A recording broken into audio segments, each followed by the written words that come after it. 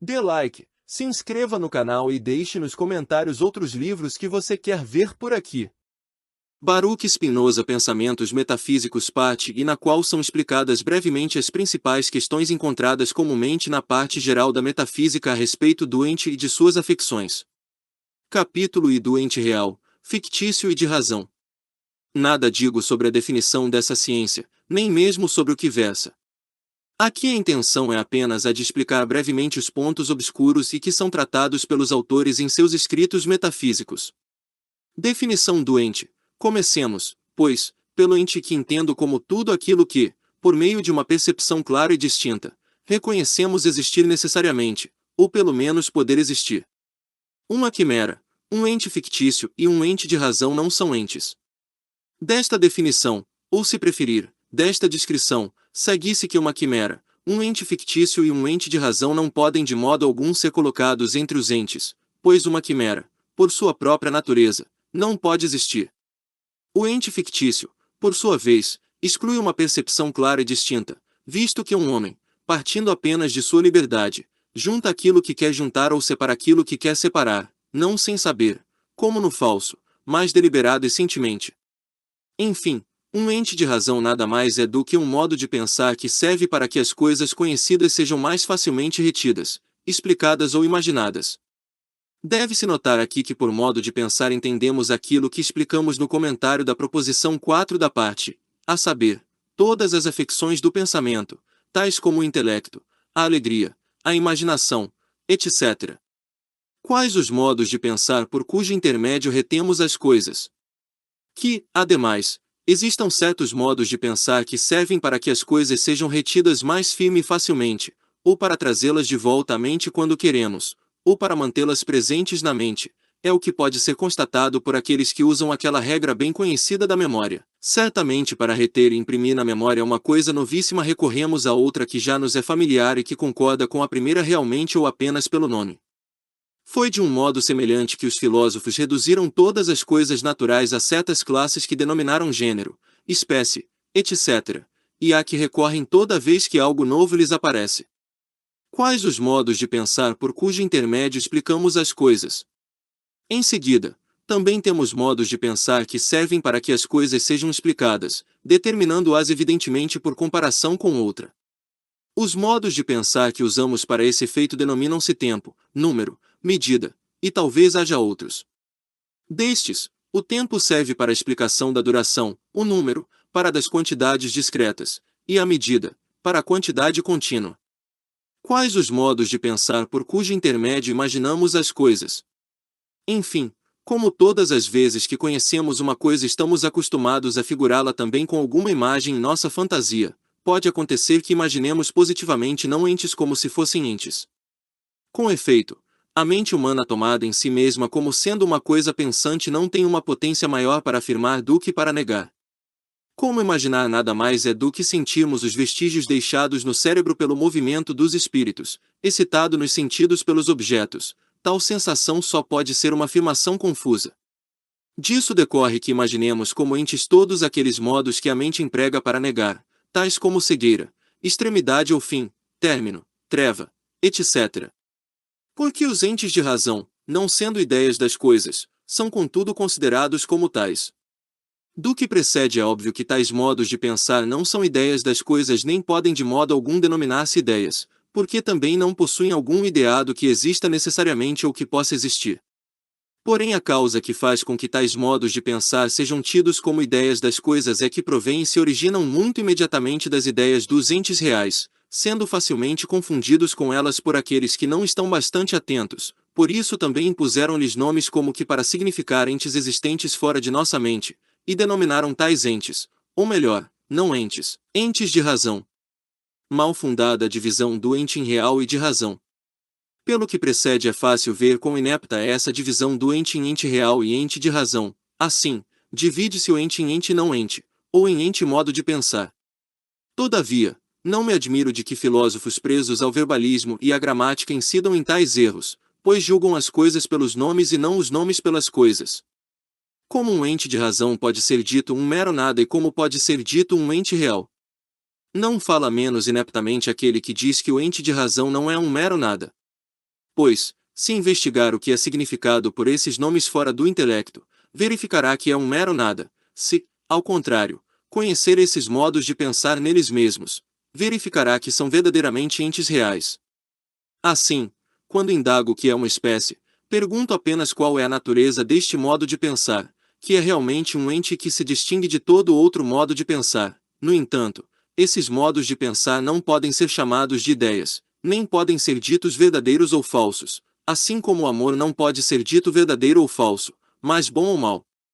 E Platão, ao dizer que o homem é um animal bípede sem plumas, não errou mais do que aqueles que disseram que o homem é um animal racional. Pois Platão sabia que o homem é um animal racional tanto quanto os outros o sabiam, com efeito, colocou o homem numa certa classe para que quando quisesse pensar nele pudesse encontrar o pensamento do homem recorrendo a essa classe.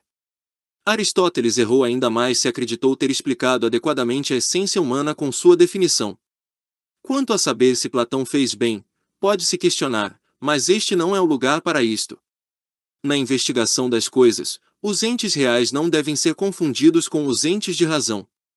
Por tudo que foi dito acima, não pode haver concordância alguma entre o ente real e os ideados do ente de razão. Por aí é fácil ver com que zelo é preciso precaver-se na investigação das coisas para não confundir os entes reais com os entes de razão. Investigar a natureza das coisas é diferente de investigar os modos pelos quais nós as percebemos. Se confundirmos isto, não poderemos entender nem os modos de perceber nem a própria natureza. Pior ainda, o que é mais grave, por causa disto incidiremos nos maiores erros, como aconteceu a muitos até hoje. Como se distinguem o ente de razão e o ente fictício? Deve-se notar também que muitos confundem o ente de razão com o ente fictício, admitindo, portanto, que o ente fictício também é um ente de razão porque não existe fora da mente. Entretanto, se estivermos atentos às definições dadas acima do ente de razão e do ente fictício, verificaremos haver a maior diferença entre eles não somente em virtude de suas causas, mas também em virtude de suas naturezas sem referência às suas causas. Com efeito, dissemos que o ente fictício nada mais é do que a conjunção de dois termos feita apenas pela vontade sem ser conduzida por razões, e por isso o ente fictício pode ser verdadeiro por acaso. Ao contrário, o ente de razão não depende apenas da vontade, nem é composto por termos conectados, como está bastante manifesto em sua definição. Portanto, aquele que pergunta se o ente fictício é um ente real ou um ente de razão, devemos repetir e transcrever aquilo que já dissemos, que a divisão em ente real e ente de razão é incorreta e que em virtude do mesmo fundamento errôneo pergunta-se se o ente fictício é um ente real ou de razão, visto que se supõe que todo ente se divide em real e de razão. Divisão do ente.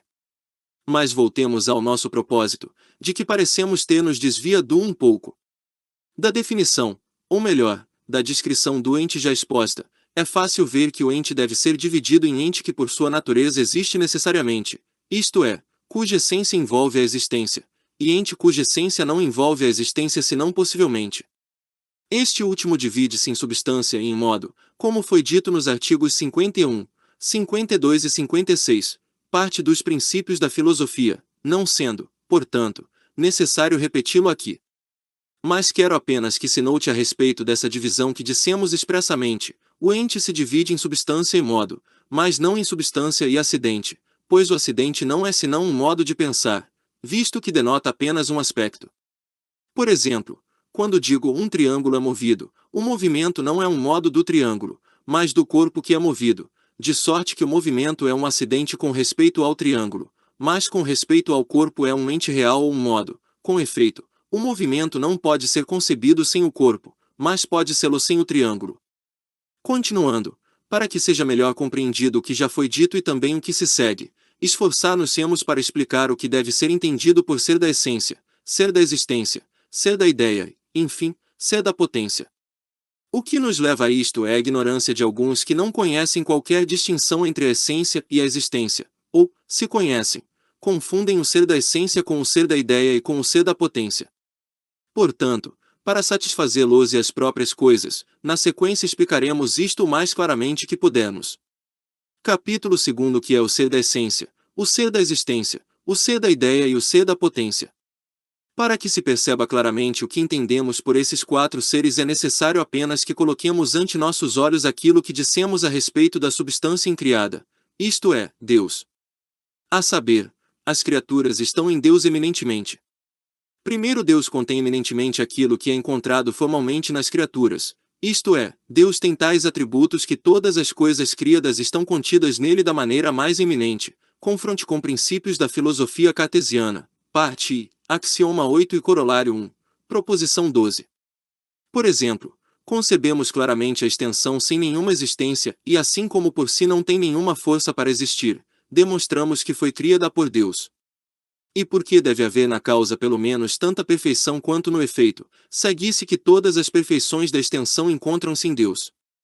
Mas, porque em seguida vimos que a coisa extensa é divisível por sua natureza, isto é, contém uma imperfeição, não podemos por isso atribuir a extensão a Deus e temos que reconhecer que encontra-se em Deus algum atributo que contém as perfeições da matéria da maneira mais excelente que possa preencher o lugar ocupado pela matéria. 2. Graus. Deus se conhece a si mesmo e a todas as coisas, isto é, também tem em si objetivamente todas elas. 3. Graus. Deus é a causa de todas as coisas e opera apenas pela liberdade absoluta de sua vontade. O que são o ser da essência, da existência, da ideia e da potência? Do que foi dito, vê-se claramente o que se deve entender por esses 4 seres. Primeiro, o ser da essência nada mais é do que a maneira pela qual as coisas criadas estão compreendidas nos atributos de Deus. Segundo, o ser da ideia se diz enquanto todas as coisas estão objetivamente contidas na ideia de Deus. Terceiro, o ser da potência se diz com respeito à potência de Deus pela qual pôde, na liberdade absoluta de sua vontade, criar tudo o que ainda não existia. Enfim, o ser da existência é a própria essência das coisas fora de Deus e considerada em si mesma e atribuída às coisas depois que foram criadas por Deus. Esses 4 seres só se distinguem uns dos outros nas criaturas. Do que foi dito aparece claramente que esses 4 seres só se distinguem uns dos outros nas criaturas, mas nunca em Deus. Pois não concebemos que Deus estivesse em potência em outra coisa, e sua existência como seu intelecto não se distinguem de sua essência. Resposta a certas questões sobre a essência. É fácil, pois, responder a certas questões que de vez em quando são feitas a propósito da essência. Essas questões são as seguintes: se a essência se distingue da existência, caso se distinga, se é algo diverso da ideia, e se for diversa da ideia, se tem um ser fora do intelecto. Este último ponto não pode deixar de ser necessariamente mostrado. À primeira das distinções respondemos que em Deus a essência não se distingue da existência, pois sem a existência a essência não pode ser concebida. Nos outros seres a essência difere da existência, pois pode-se conceber aquela sem esta.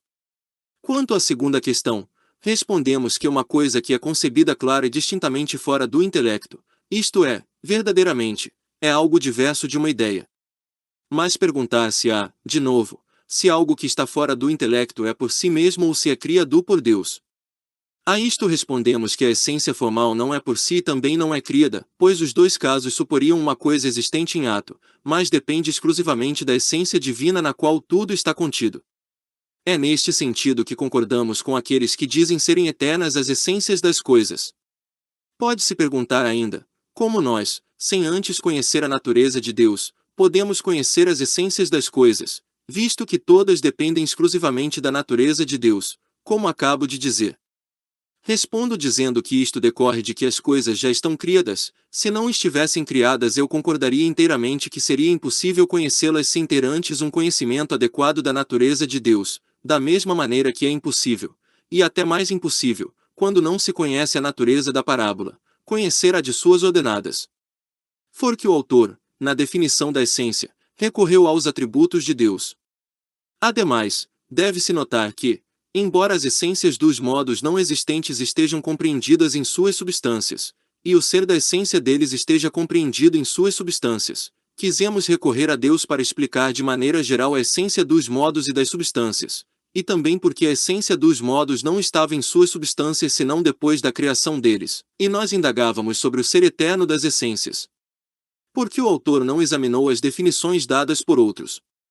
Considero que não vale a pena refutar aqui os autores que têm um sentimento diverso do nosso, nem examinar suas definições ou descrições da essência e da existência, pois dessa maneira tornaríamos obscura uma coisa clara. Com efeito, o que é mais claro do que compreender o que sejam a essência e a existência, visto que não podemos dar a definição de coisa alguma sem que expliquemos simultaneamente sua essência. Como a distinção entre a essência e a existência pode ser facilmente aprendida. Enfim, se algum filósofo ainda duvida de que a essência e a existência se distinguem nas coisas criadas, sua dúvida não será desfeita, por muito que trabalhe com definições da essência e da existência. Que vá a algum estatuário ou escultor de madeira, eles lhe mostrarão como concebem numa certa ordem a estátua ainda não existente, e em seguida lhe apresentarão existente. Capítulo 3 daquilo que é necessário, impossível, possível e contingente.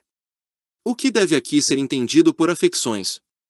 Depois de explicada a natureza do ente, enquanto ente, passemos àquelas suas afecções que devem ser explicadas, devendo-se notar que por afecções entendemos aqui o que Alhures Descartes denotava como atributos, pois o ente, enquanto ente, não nos afeta por si mesmo como substância, e por isso deve-se explicá-lo por algum atributo, do qual, entretanto, só se distingue por uma distinção de razão.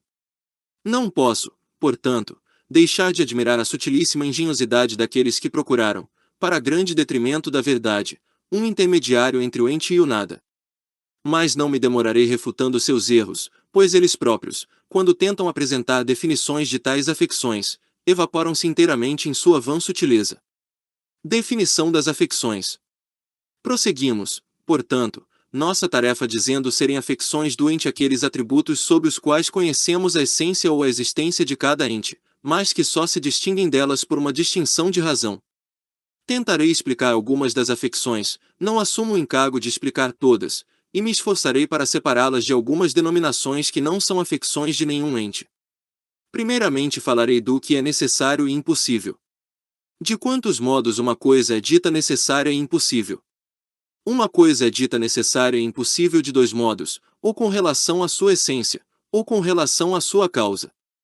Com relação à essência, vimos que Deus é necessário, pois sua essência não pode ser concebida sem a existência. A quimera, pelo que implica sua essência, não pode existir.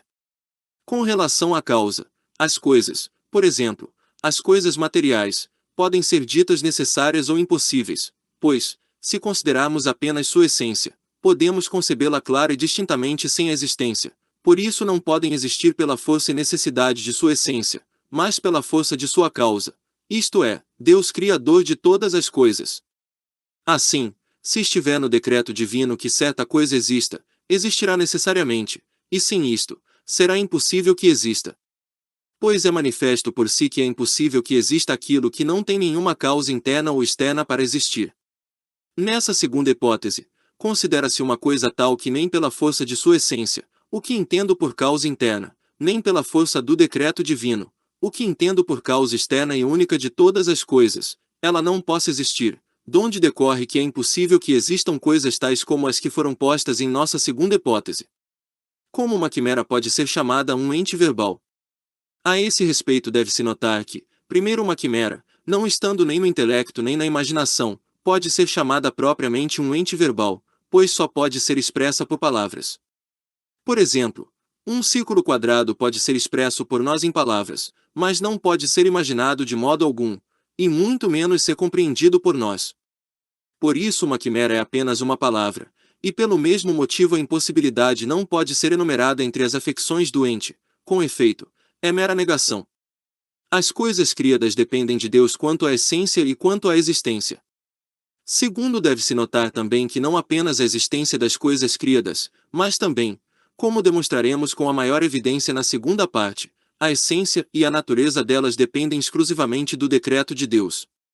Decorre claramente daí que as coisas criadas não têm por si mesmas nenhuma necessidade, visto que por si mesmas não têm essência alguma, nem existem por si mesmas. A necessidade pela causa que está nas coisas criadas refere-se à essência e à existência, mas em Deus ambas não se distinguem. Terceiro, enfim, deve-se notar que essa necessidade que está nas coisas criadas pela força de sua causa é relativa à essência ou à existência delas, pois nas coisas criadas ambas se distinguem. A essência depende das leis eternas da natureza, a existência, da série e ordem das causas. Mas em Deus, cuja essência não se distingue da existência, também a necessidade da essência não se distingue da necessidade da existência, donde decorre que, se concebêssemos toda a ordem da natureza, descobriríamos que muitas coisas cuja natureza percebemos clara e distintamente, isto é, cuja essência é necessariamente tal, não podem existir de maneira alguma, pois notaremos que é impossível que tais coisas existam na natureza, como sabemos neste momento ser impossível que um grande elefante caiba no buraco de uma agulha, embora percebamos claramente a natureza de um e de outro. Donde decorre que a existência dessas coisas seria apenas uma quimera que não podemos imaginar nem entender. O possível e o contingente não são afecções das coisas. E ao que foi dito sobre a necessidade e a impossibilidade, parece conveniente acrescentar algo sobre o possível e o contingente, pois ambos foram tidos por alguns como afecções das coisas, embora nada sejam, na verdade, senão defeitos de nosso intelecto, como mostrarei claramente, após explicar o que se deve entender por esses dois termos. O que é o possível? O que é o contingente?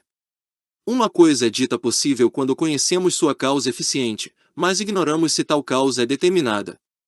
Donde podemos considerar a própria causa como possível, mas não como necessária ou como impossível. Diremos que uma coisa é contingente quando a tomamos em sua essência simplesmente sem considerar a causa, isto é, nós a consideramos, por assim dizer, como uma espécie de intermediário entre Deus e uma quimera, pois, com efeito, no que se refere à essência, não encontramos nela nenhuma necessidade para existir como na essência divina, e no que se refere à existência, nenhuma contradição ou impossibilidade como na quimera. Se quiser chamar possível o que chamo contingente, e contingente o que chamo possível, não contradirei, pois não costumo discutir sobre palavras. Bastará que nos concedam que ambos são apenas defeitos de nossa percepção e não são algo real. O possível e o contingente são apenas defeitos de nosso intelecto. Se alguém quiser negar isto, não daria trabalho demonstrar-lhe seu erro. Com efeito, se considerar a natureza e como ela depende de Deus, não descobrirá nas coisas nada contingente, isto é, que tomado do lado da coisa possa ou não existir, ou, para falar como se diz vulgarmente, que seja realmente contingente, o que se vê facilmente quando se considera que a mesma força é requerida para criar e para conservar uma coisa. Consequentemente, nenhuma coisa criada faz seja lá o que for por sua própria força, assim como nenhuma coisa criada começa a existir por sua própria força. Disso decorre que nada se faz a não ser pela força da causa criadora de todas as coisas, isto é, Deus, que por seu concurso prolonga em cada momento singular todas as coisas. Como nada se faz sem a exclusiva potência divina, é fácil ver que aquelas coisas que são feitas o são pela força do decreto de Deus e de sua vontade. Ora, como em Deus não há qualquer inconstância ou mutação, deve ter decretado que se produzisse desde toda a eternidade aquilo que produz agora. E como não há nada mais necessário do que aquilo que Deus decretou que existisse, segue-se que a necessidade de existir está nas coisas criadas desde toda a eternidade. Nem podemos dizer que são contingentes aquelas coisas que Deus pode ter decretado que fossem outras, pois não havendo na eternidade nem quando, nem antes, nem depois, nem qualquer afecção de tempo, segue-se que não se pode dizer que Deus existisse antes de seus decretos de maneira a poder decidir outra coisa. A conciliação da liberdade de nosso arbítrio com a predestinação de Deus ultrapassa a compreensão humana. No que se refere à liberdade da vontade humana, que dissemos ser livre, também ela se conserva pelo concurso de Deus, e nenhum homem quer ou faz a não ser aquilo que Deus decretou pela eternidade que quereria ou faria. Como isso é possível, mantida a liberdade humana, é coisa que ultrapassa a nossa compreensão. E não devemos rejeitar aquilo que compreendemos clara e distintamente por causa daquilo que ignoramos. Com efeito, conhecemos claramente, se estivermos atentos à nossa natureza, que somos livres em nossas ações e que deliberamos sobre muitas coisas apenas porque o queremos. Se também estivermos atentos à natureza de Deus, percebemos clara e distintamente, como mostramos, que todas as coisas dependem dele e que só existe aquilo que foi decretado por Deus desde a eternidade. Como a vontade humana é criada a cada momento por Deus de tal modo que se mantenha livre, também o ignoramos. Com efeito, há muitas coisas que ultrapassam nossa compreensão e, contudo, sabemos que foram feitas por Deus, como por exemplo a divisão real da matéria em partículas indefinidas que demonstramos com bastante evidência, embora ignoremos de que modo essa divisão se faça. Note-se que aqui supomos que se tem observado que as duas noções, a do possível e a do contingente, significam apenas defeitos de nosso conhecimento acerca da existência de uma coisa. Capítulo 4 sobre a duração e o tempo. Da divisão feita acima do ente em ente cuja essência envolve a existência e ente cuja essência não envolve nem mesmo a existência possível origina-se a distinção entre a eternidade e a duração. O que é a eternidade? Abaixo falaremos mais amplamente sobre a eternidade. Aqui diremos apenas que ela é o atributo sob o qual concebemos a existência infinita de Deus. O que é a duração? A duração é o atributo sob o qual concebemos a existência das coisas criadas, enquanto perseveram em sua atualidade. Disso decorre claramente que entre a duração e a existência total de uma coisa há apenas uma distinção de razão. Quanto mais se subtrai a duração de uma coisa, tanto mais se subtrai, necessariamente, sua existência. Para determinar a duração, nós a comparamos com a duração daquelas coisas que possuem um movimento certo e determinado. Esta comparação chama-se tempo. Que é o tempo? Assim, o tempo não é uma ficção das coisas, mas apenas um modo de pensar, ou, como já dissemos, um ente de razão. Com efeito, é um modo de pensar que serve para explicar a duração. Deve-se notar aqui, o que servirá quando posteriormente falarmos da eternidade, que a duração é concebida como maior ou menor, como composta de partes e que é um atributo da existência e não da essência. Capítulo V sobre a oposição, a ordem, etc. Porque comparamos as coisas entre si, originam-se certas noções que, entretanto, fora das próprias coisas são apenas modos de pensar. Isto aparece quando queremos considerá-las como coisas postas fora de nosso pensamento, tornando confuso o conceito claro que delas temos alhures. Tais são as noções de oposição, ordem, concordância, diversidade, sujeito, adjunto e outras similares. O que são essas noções? Tais noções são claramente percebidas por nós enquanto não as concebemos como algo diverso das essências das coisas opostas, ordenadas, etc., mas somente como simples modos de pensar pelos quais imaginamos ou retemos mais facilmente as próprias coisas. Por isso não julgo necessário falar disso mais amplamente, mas passo para aqueles termos ordinariamente chamados de transcendentais. Capítulo 6 sobre o uno, o verdadeiro e o bom. Esses termos são tidos por todos os metafísicos como as afecções mais gerais do ente. Com efeito, dizem que todo ente é uno, verdadeiro e bom, mesmo que ninguém pense neles. Mas veremos o que se deve entender por esses termos quando tivermos examinado cada um deles separadamente. O que é a unidade? Comecemos pelo primeiro, a saber, o uno. Disse-se que esse termo significa algo real fora do intelecto, mas não se sabe explicar o que ele acrescenta ao ente, e isto mostra bem que se confundem entes de razão com o ente real, tornando confuso aquilo que é concebido claramente. Quanto a nós, dizemos que a unidade não se distingue de modo algum da coisa e nada acrescenta ao ente, mas é somente um modo de pensar pelo qual separamos uma coisa de outras similares ou que concordam com ela de alguma maneira. O que é a pluralidade e como Deus pode ser dito uno e único? Opõe-se a unidade à pluralidade, que certamente nada acrescenta às coisas e que é um modo de pensar como sabemos clara e distintamente. Não vejo o que resta dizer acerca de uma coisa clara. Deve-se notar somente que Deus, enquanto distinguimos de outros entes, pode ser dito uno, mas enquanto descobrimos que não pode haver vários entes com sua natureza, é dito único. Se, entretanto, quiséssemos examinar a questão mais atentamente, talvez pudéssemos mostrar que Deus é impropriamente chamado uno e único, mas isto não tem muita importância, não tem mesmo qualquer importância para aqueles que se ocupam com coisas e não com palavras. Deixando isto, passamos para o segundo ponto e também diremos o que é o falso. O que é o verdadeiro, o que é o falso, tanto para o vulgo como para o filósofo.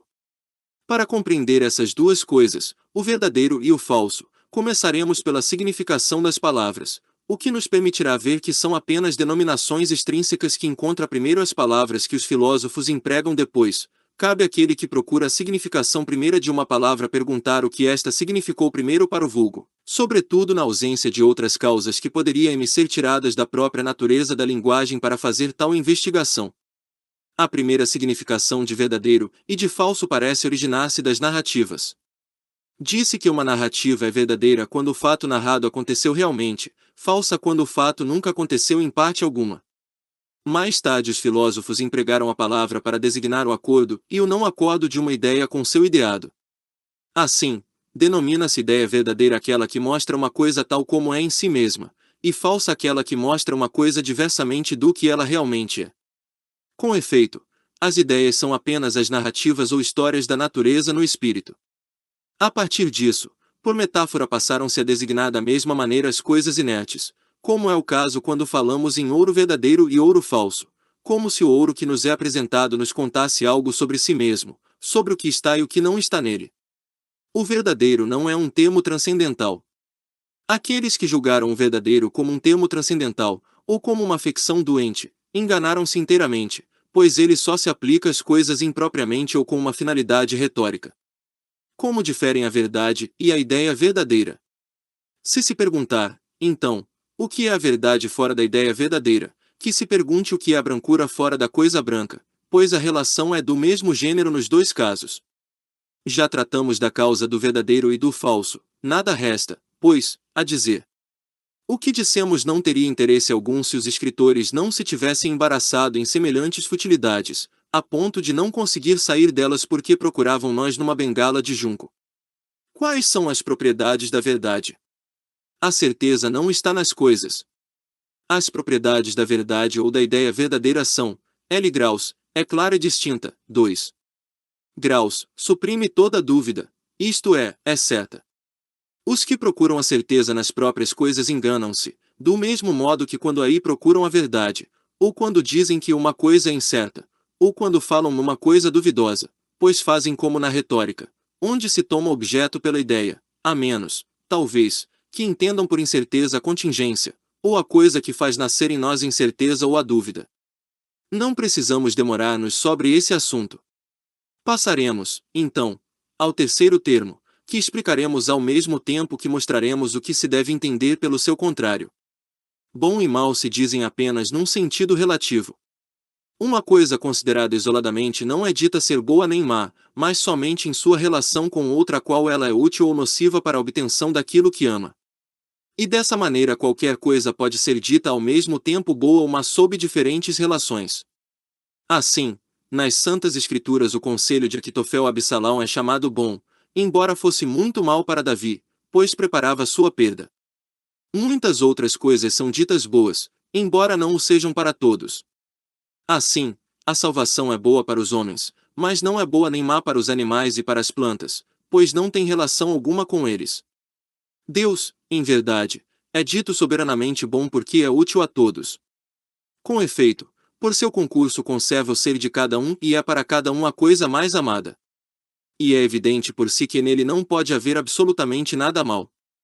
Porque alguns admitiram um bem metafísico. Aqueles que estão à procura de um bem metafísico fora de toda relação criam dificuldades em consequência de um falso preconceito, confundem uma distinção de razão com uma distinção real ou modal, porque distinguem a própria coisa da tendência que nela existe para perseverar em seu ser, embora ignorem o que entendem por tendência. Com efeito, entre uma coisa e a tendência que tem para perseverar em seu ser, embora haja uma distinção de razão, ou melhor, uma distinção verbal, não há qualquer distinção real, e esta é a causa do engano que cometem. Como se distinguem as coisas e sua tendência para perseverar em seu estado? Para levar a uma compreensão clara disso, tomaremos um exemplo de alguma coisa bastante simples. O movimento tem a força de perseverar em seu estado, ora, esta força é apenas o próprio movimento, isto é, tal é a natureza do movimento. Com efeito, se digo, eis um corpo no qual há apenas certa quantidade de movimento, segue-se disso claramente que, enquanto eu tiver em vista esse corpo deverei dizer que se move. Com efeito, se dissesse que esse corpo perdeu por si mesmo a força de se mover, eu lhe atribuiria necessariamente alguma coisa a mais do que admiti em minha hipótese, e com isso ele perderia sua natureza. Se, entretanto, esse raciocínio parece um pouco obscuro, admitamos, então, que a tendência a se conservar é alguma coisa mais do que as leis e a natureza do movimento, visto, portanto, que se supõe que essa tendência é um bem metafísico, será preciso que essa tendência tenha ela própria a tendência de se conservar em seu ser, e esta última outra, e assim ao infinito, o que, em minha opinião, é o maior absurdo que se possa imaginar. A causa que leva alguns a distinguir a coisa da tendência que há nela está em que experimentam em si mesmos o desejo de se conservar e imaginam igual em cada coisa. Se Deus pode ser chamado bom antes da criação das coisas. Pergunta-se, contudo, se Deus poderia ser chamado bom antes da criação das coisas. Segundo nossa definição, parece decorrer dela que esse atributo não estava em Deus, pois uma coisa considerada em si mesma não pode ser boa ou má. Ora, isto parecerá absurdo para muitos, embora eu não saiba por quê, pois afirmamos de Deus muitos atributos desse tipo e que antes da criação das coisas não lhe poderia me convir, a não ser em potência. É o caso quando chamamos de Criador, Juiz, Misericordioso. Argumentos semelhantes não nos devem deter. Como perfeito se diz em um sentido relativo e em um sentido absoluto. Ademais, assim como bom e mal, perfeição também só se diz num sentido relativo, salvo quando tomamos a perfeição como a própria essência da coisa, e neste sentido, como dissemos, Deus tem uma perfeição infinita ou um ser infinito. Não tenho a intenção de falar mais largamente sobre essas coisas porque considero que o restante da parte geral da metafísica é bem conhecido e não vale a pena continuar falando sobre isto. Parte 2, onde são explicadas brevemente as principais questões que se encontram comumente na parte especula L da metafísica a respeito de Deus e seus atributos, e da mente humana. Capítulo I da eternidade de Deus, divisão das substâncias.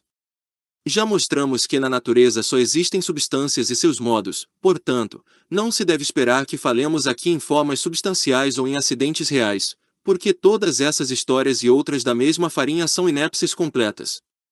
Em seguida, dividimos as substâncias em dois gêneros supremos, a extensão e o pensamento, e este em pensamento criado, isto é, a mente humana, e em criado, isto é, Deus.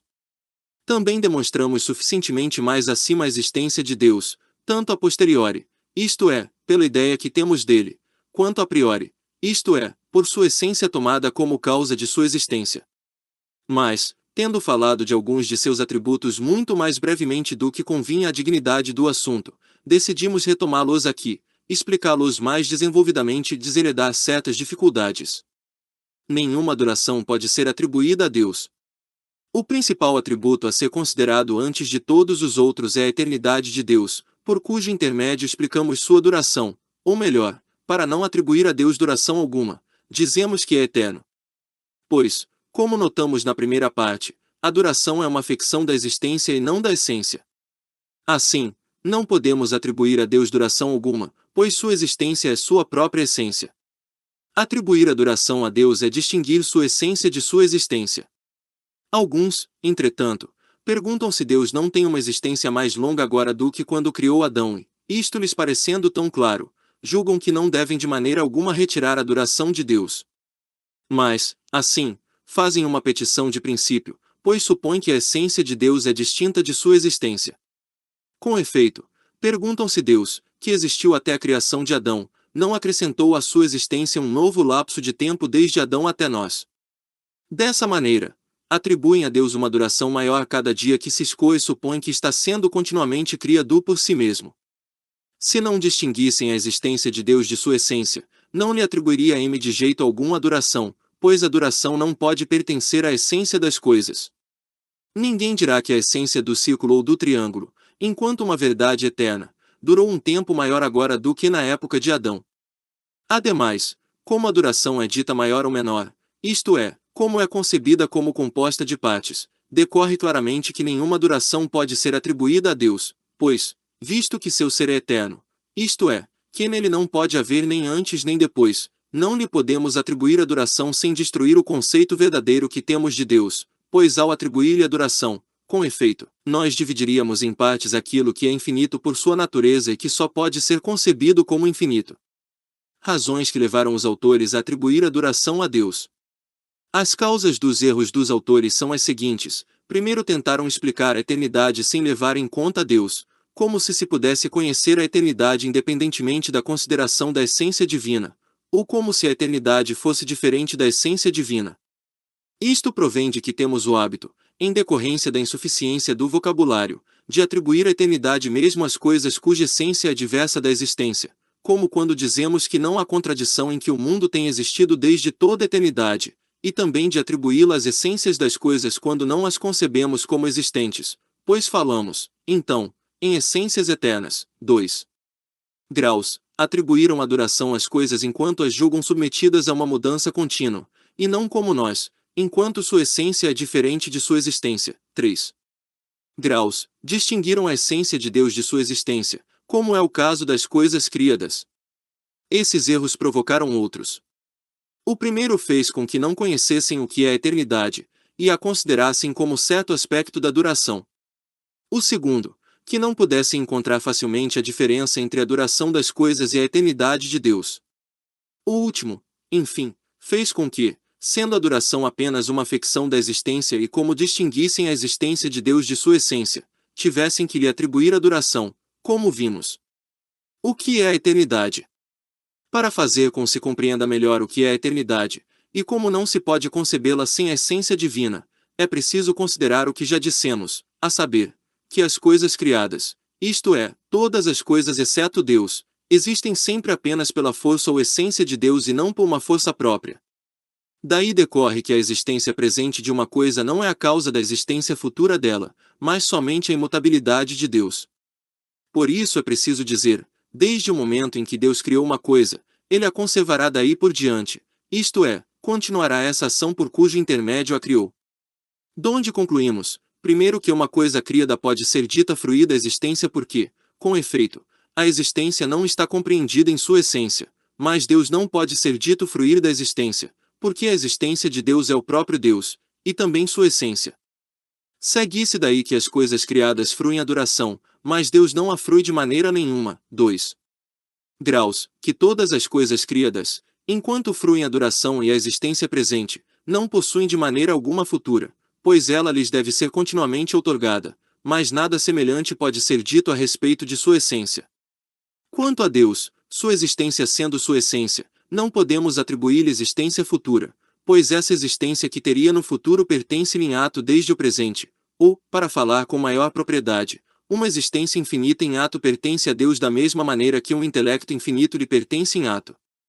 Chama eternidade essa existência infinita e só deve ser atribuída a Deus mas a nenhuma coisa criada, mesmo que sua duração fosse limitada nos dois sentidos.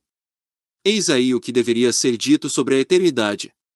Nada digo sobre a necessidade de Deus, isto não sendo preciso, pois demonstramos sua existência por sua essência.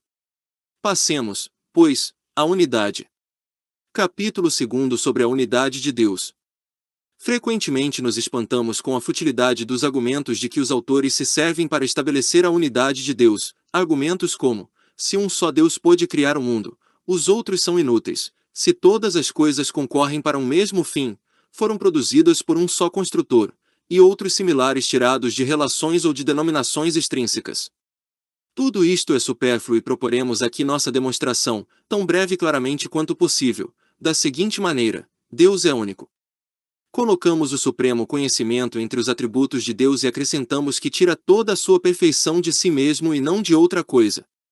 Se disser, então, que há vários deuses ou vários entes sumamente perfeitos, todos deverão ser necessariamente supremamente cognoscentes.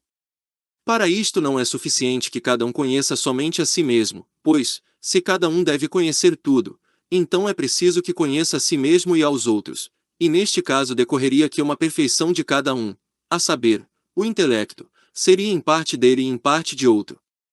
E, assim, nenhum poderá ser supremamente perfeito, isto é, como acabamos de observar, um ente que tira toda a sua perfeição de si mesmo e não de outro.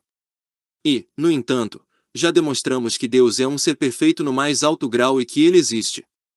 Podemos, portanto, concluir que ele é o único Deus existente, pois, se existissem vários, isto implicaria que um ente perfeito no mais alto grau tem uma imperfeição, o que é absurdo. Eis aí o que se refere à unidade de Deus. Capítulo 3 sobre a imensidade de Deus. Como Deus pode ser dito infinito e como pode ser dito imenso. Explicamos que nenhum ente pode ser concebido como finito e imperfeito, isto é, como participando do nada, se não consideramos inicialmente o ente perfeito e infinito, isto é, Deus, e por isso somente Deus pode ser dito absolutamente infinito, enquanto percebemos que ele consiste realmente numa perfeição infinita.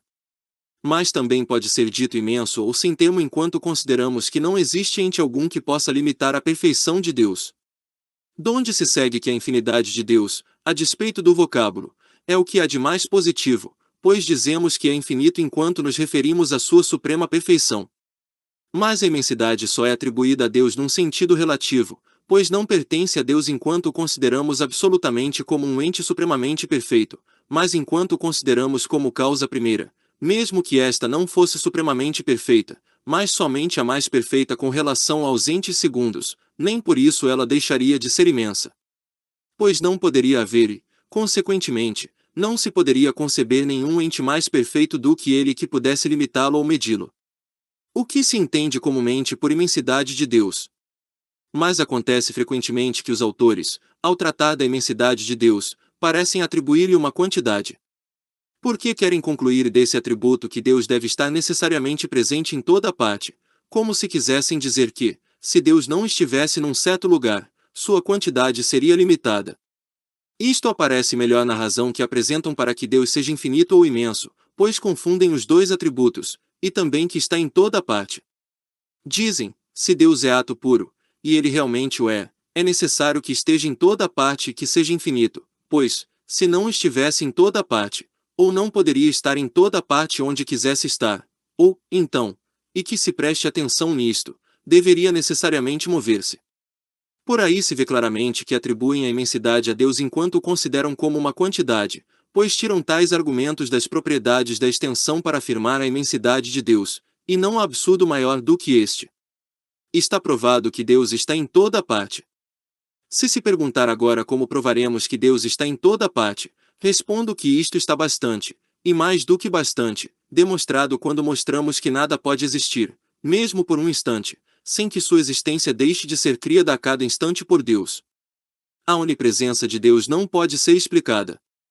Para que a ubiquidade de Deus ou sua presença em cada coisa possa ser bem compreendida, seria preciso poder penetrar na natureza íntima da vontade divina, pela qual criou as coisas e procriou continuamente sua existência, e como isso ultrapassa a compreensão humana, é impossível explicar como Deus está em toda parte. Alguns erradamente consideram a imensidade de Deus tríplice. Alguns admitem que a imensidade de Deus é tríplice: imensidade da essência, imensidade da potência e imensidade da presença, mas os que assim falam dizem tolices, pois parecem distinguir a essência da potência de Deus. A potência de Deus não se distingue de sua essência. Outros o dizem mais abertamente: Deus está em toda parte por sua potência, mas não por sua essência, como se verdadeiramente a potência de Deus se distinguisse de todos os seus outros atributos, ou de sua essência infinita, quando ela não pode ser outra coisa mas essa própria essência.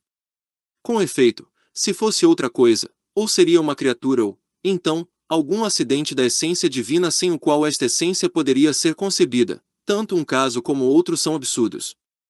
Pois, se fosse uma criatura, precisaria da potência de Deus para se conservar, e assim haveria progresso ao infinito. Se fosse acidental, Deus não seria um ente perfeitamente simples, contrariamente ao que demonstramos acima. A onipresença de Deus também não se distingue de sua essência. Enfim, pela imensidade da presença, parece que se quer dizer também alguma coisa diferente da essência de Deus, pela qual as coisas foram criadas e são continuamente conservadas. O que certamente é um grande absurdo em que se cai quando se confunde o intelecto de Deus com o humano e se compara, frequentemente, sua potência à dos reis. Capítulo 4 sobre a imutabilidade de Deus. O que é a mudança e o que é a transformação? Por mudança entendemos aqui toda variação que pode produzir-se em um sujeito qualquer de sorte que a essência dele mantenha a sua integridade.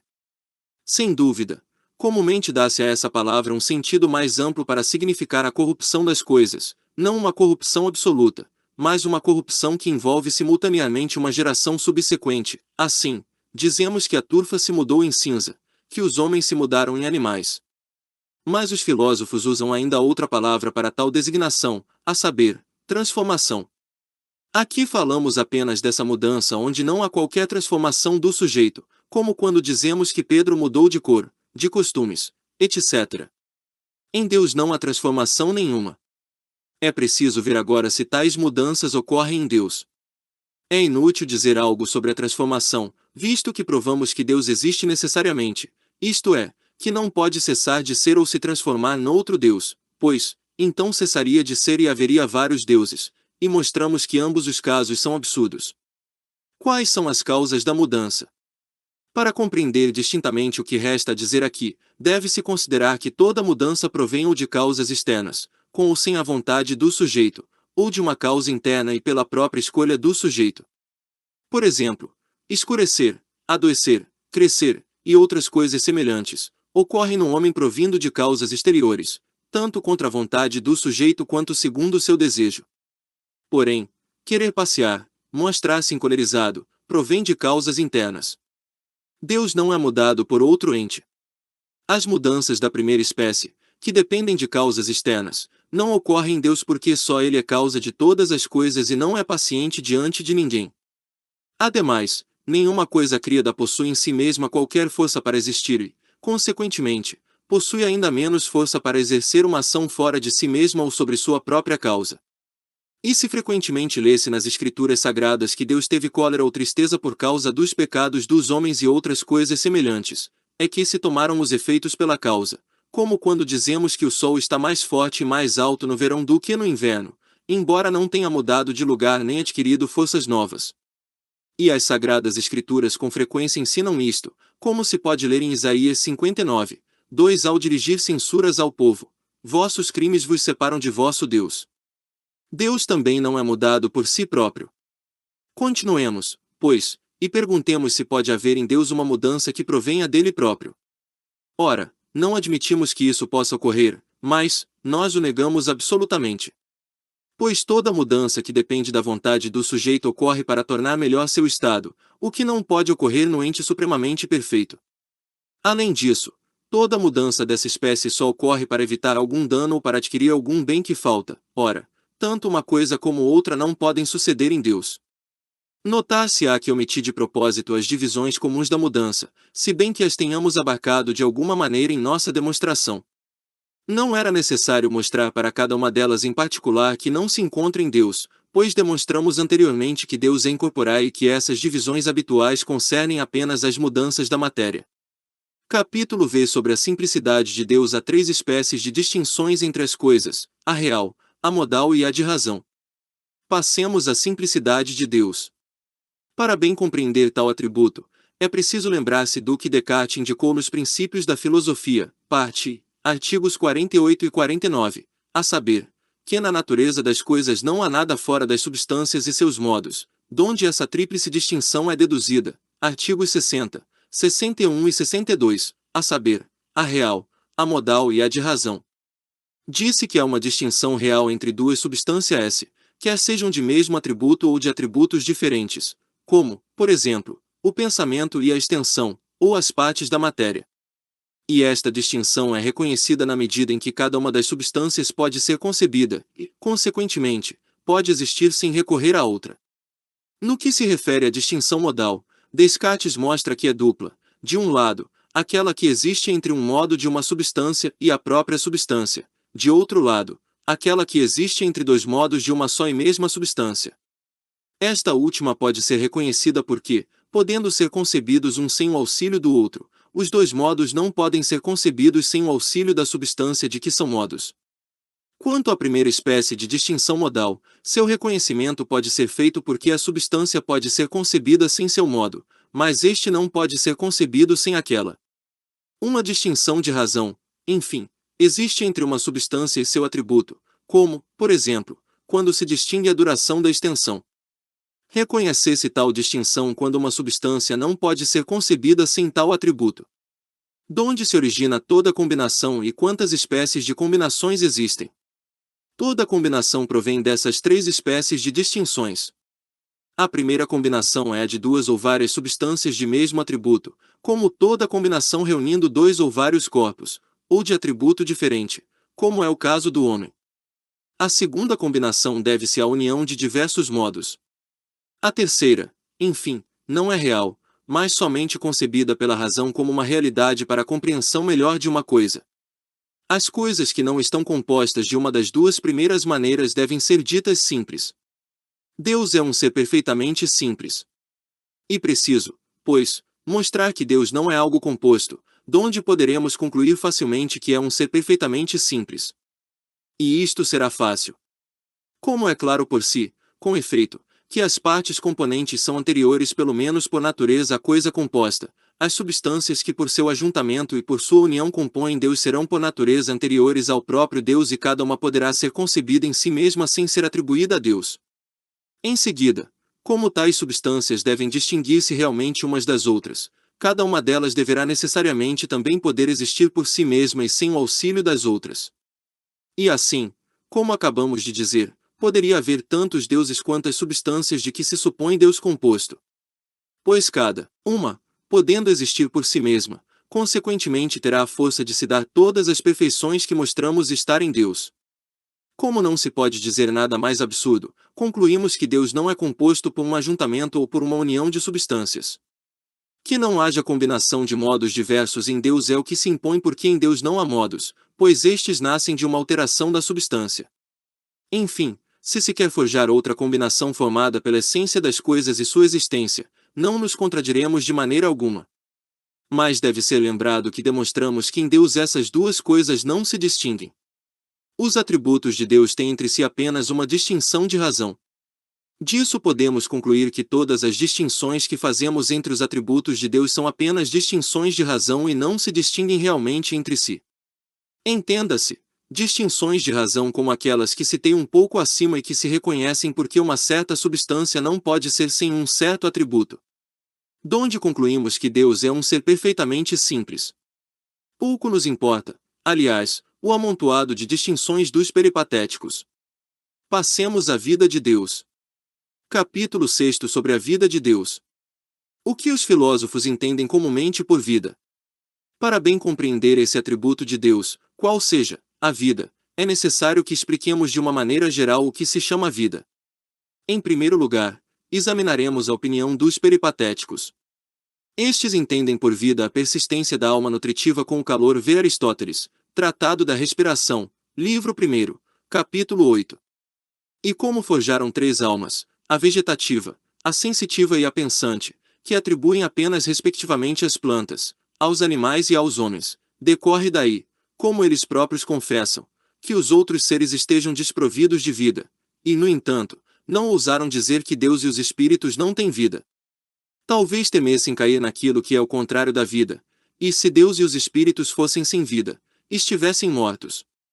Por isso, Aristóteles, na Metafísica, livro 11, capítulo 7, dá ainda outra definição da vida, particular aos espíritos: a vida é o ato do intelecto. Nesse sentido, atribui a vida a Deus, que percebe pelo intelecto e que é ato puro. Não nos cansaremos refutando tais opiniões, pois, no que concerne às três almas atribuídas às plantas, aos animais e aos homens, já demonstramos suficientemente que são apenas ficções, pois mostramos que na matéria há apenas ajuntamentos e operações mecânicas. Quanto à vida de Deus, ignoro por que em Aristóteles ela é mais ato do intelecto do que ato da vontade ou outro semelhante. Não esperando, contudo, qualquer resposta, passo à explicação que prometi, qual seja, o que é a vida. A que coisas a vida pode ser atribuída? Embora frequentemente essa palavra seja tomada metaforicamente para significar os costumes de um homem, nós nos contentaremos em explicar brevemente o que ela designa filosoficamente. Deve-se notar somente que, se a vida deve ser atribuída também às coisas corporais, nada será sem vida. Se for atribuída somente aos entes nos quais uma alma está unida ao corpo, deverá ser atribuída somente aos homens e talvez aos animais, mas não a Deus ou aos espíritos. Como, entretanto, a palavra vida comumente se estende mais, não é duvidoso que seja preciso atribuir a vida mesmo a coisas corporais não unidas a espíritos e a espíritos separados do corpo. O que é a vida e o que ela é em Deus? Entendemos, pois, por vida a força pela qual as coisas perseveram em seu ser, e como essa força é distinta das próprias coisas, dizemos propriamente que as coisas têm vida. Mas como a força pela qual Deus persevera em seu ser nada mais é do que sua essência, falam bem aqueles que dizem que Deus é a vida. Não faltam teólogos que compreendam que é por essa razão que os judeus, ao jurar, dizem, por Deus vivo, e não pela vida de Deus, como José, que, jurando pela vida do faraó, dizia, pela vida de faraó. Capítulo 7 sobre o intelecto de Deus. Deus é onisciente. No número dos atributos colocamos precedentemente a onisciência, que é bastante certo pertencer a Deus, visto que a ciência contém em si uma perfeição, e que Deus, isto é, o ente supremamente perfeito, não deve estar privado de nenhuma perfeição. Portanto, a ciência deve ser atribuída a Deus no grau supremo, de tal maneira que não pressuponha nem implique qualquer ignorância ou privação de ciência, pois de outra maneira haveria uma imperfeição nesse atributo, isto é, em Deus.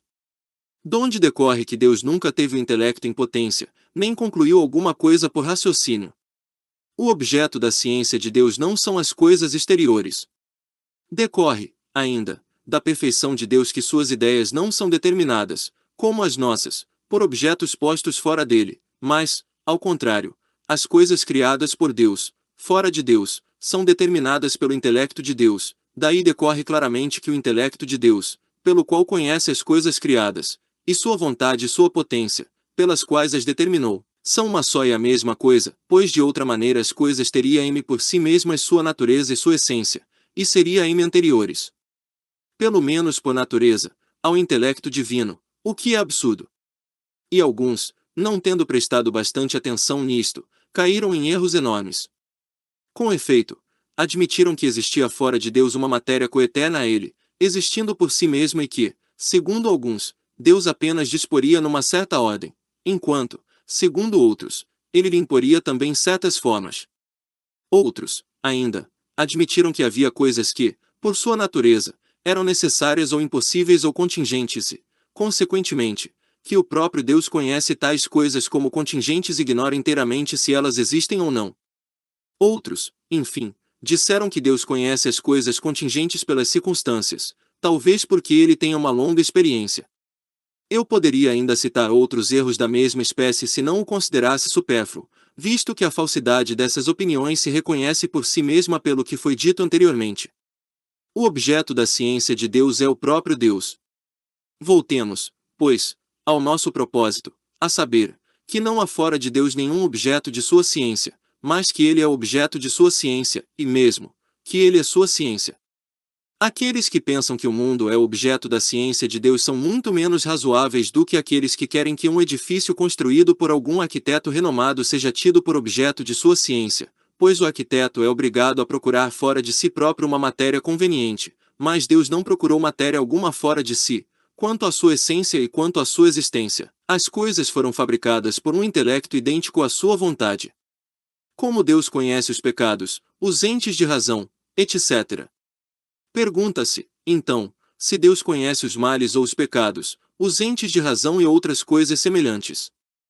Respondemos que Deus deve conhecer necessariamente as coisas de que é causa, tanto mais que elas não podem existir, mesmo por um instante, sem a ajuda do concurso divino. Visto, pois, que os males e os pecados não estão nas coisas, mas existem apenas na mente humana que compara as coisas entre si, segue-se que Deus não os conhece fora da mente humana. Dissemos que os entes de razão são modos de pensar, e é em sua relação com a mente que devem ser conhecidos por Deus, isto é, enquanto compreendemos que ele conserva, procria continuamente a mente humana tal como está constituída, não, certamente, que Deus tenha nele tais modos de pensar para reter mais facilmente aquilo que conhece.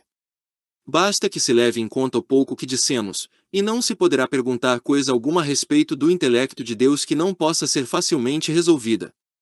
Como Deus conhece as coisas singulares e as universais? Não se deve, contudo, omitir o erro daqueles que admitem que Deus nada conhece fora das coisas eternas tais como os anjos e os céus que representam como nem engendrados nem corruptíveis, e que nada conhece deste mundo fora das espécies enquanto, igualmente, não são engendradas nem corruptíveis. Aqueles que têm essa opinião parecem verdadeiramente querer se dedicar ao erro e a imaginar as coisas mais absurdas.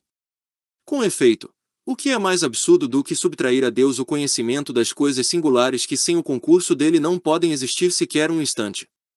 E enquanto decidem que Deus ignora as coisas realmente existentes, em sua imaginação passam a atribuir-lhe o conhecimento das coisas universais que não existem e não têm essência alguma fora das singulares. Nós, pelo contrário, atribuímos a Deus o conhecimento das coisas singulares, negamos o das universais, salvo enquanto conhece a mente humana. Há em Deus uma ideia única e simples. Enfim, antes que terminemos a exposição de nosso assunto, parece que esse deve satisfazer a questão que indaga se em Deus existe uma pluralidade de ideias, ou se existe apenas uma simplíssima. Ao que respondo que a ideia de Deus, pela qual é chamado onisciente, é única e simplíssima. Pois Deus é chamado onisciente justamente porque tem ideia de si mesmo, ideia é o conhecimento que sempre existiu simultaneamente com Deus, porque nada existe fora de sua essência, nem pode existir de outra maneira. O que é a ciência de Deus acerca das coisas criadas? O conhecimento de Deus acerca das coisas criadas não pode ser referido propriamente à ciência de Deus, pois, se Deus quisesse, as coisas criadas teriam outra essência, o que não tem lugar no conhecimento que Deus tem de si próprio. Contudo, perguntar-se-á se tal conhecimento das coisas criadas, próprio ou impropriamente assim designado, é múltiplo ou único. Respondemos que essa questão não difere daquela que indaga se há ou não em Deus vários decretos ou volições, e se a ubiquidade de Deus, isto é, seu concurso pelo qual conserva as coisas singulares, é o mesmo em toda parte, isto é, a questão não difere de todas aquelas de que não podemos ter um conhecimento distinto. Mas sabemos de maneira muito evidente o seguinte: como o concurso de Deus é referido à sua onipotência, deve ser único embora se manifeste de diversas maneiras nos efeitos, assim também as volições e decretos de Deus. É assim, com efeito, que convém chamar seu conhecimento acerca das coisas criadas, considerados em Deus não são múltiplos, embora se expressem de diversas maneiras pelas coisas criadas, ou melhor, nas coisas criadas. Enfim, se dermos atenção à analogia da natureza toda, podemos considerá-la como um só e mesmo ente, e consequentemente também será uma ideia de Deus, ou seja, seu decreto sobre a natureza naturada. Capítulo 8 sobre a vontade de Deus. Não sabemos como se distinguem a essência de Deus, o intelecto pelo qual conhece a si próprio e a vontade pela qual ama a si próprio. A vontade de Deus, pela qual quer amar a si próprio, decorre necessariamente de seu intelecto infinito, pelo qual conhece a si mesmo. Mas como se distinguem essas três coisas, sua essência, seu intelecto, pelo qual conhece a si próprio, e sua vontade, pela qual quer amar a si próprio, é o que colocamos entre os conhecimentos que nos faltam. Não nos escapa o vocábulo, o de personalidade, que nessa ocasião os teólogos empregam abusivamente para explicar a coisa. Na verdade, embora não ignoremos o vocábulo, ignoramos sua significação e não podemos formar um conceito claro e distinto dela, embora possamos crer firmemente que Deus se revelará aos seus nessa visão bem-aventurada que foi prometida aos seus fiéis. A vontade e a potência de Deus quanto à sua ação externa não se distinguem de seu intelecto. A vontade e a potência quanto à sua ação exterior não se distinguem do intelecto de Deus, como é bastante certo pelo que já foi dito precedentemente, pois mostramos que Deus não somente decretou que as coisas deveriam existir, mas também que deveria existir com tal natureza, isto é, que a essência e a existência delas deveram depender da vontade e da potência de Deus. Daí percebemos claro e distintamente que o intelecto de Deus, sua potência e sua vontade, por cujo intermédio criou, conheceu e conserva ou ama as coisas, não se distinguem entre si de maneira alguma, mas apenas com relação ao nosso intelecto. Disse impropriamente que Deus tem ódio de certas coisas e amor por outras. Quando dizemos que Deus tem ódio de certas coisas ou que ama outras, isto é dito no mesmo sentido em que as Escrituras dizem que a terra vomitará os homens e outras coisas do mesmo gênero. Ademais, está contido nas próprias Escrituras que Deus não se encoleriza nem ama algumas coisas como o vulgo está persuadido. Com efeito, isto é dito por Isaías e ainda mais claramente pelo apóstolo na Epístola aos Romanos, capítulo 9: antes que tivessem nascido, os filhos de Isaque, e que tivessem feito nem bem nem mal, a fim de que o desígnio conforme à eleição de Deus se mantivesse, não pelas obras, mas por aquele que invoca, foi-lhe, a Rebeca, dito que o maior seria subjugado pelo menor, etc. E um pouco mais adiante, ele tem, pois, compaixão daquele que ele quer, e endurece aquele que ele quer. Diz-me, então, por que se queixa ainda? Pois quem é aquele que pode resistir à sua vontade? Mas, na verdade, ó homem, quem és tu para contestar a Deus? A coisa produzida não dirá aquele que a produziu, por que me fizeste assim? O oleiro não tem o poder sobre a argila para fazer com a mesma massa tanto um vaso para a honra, quanto outro para a ignomínia.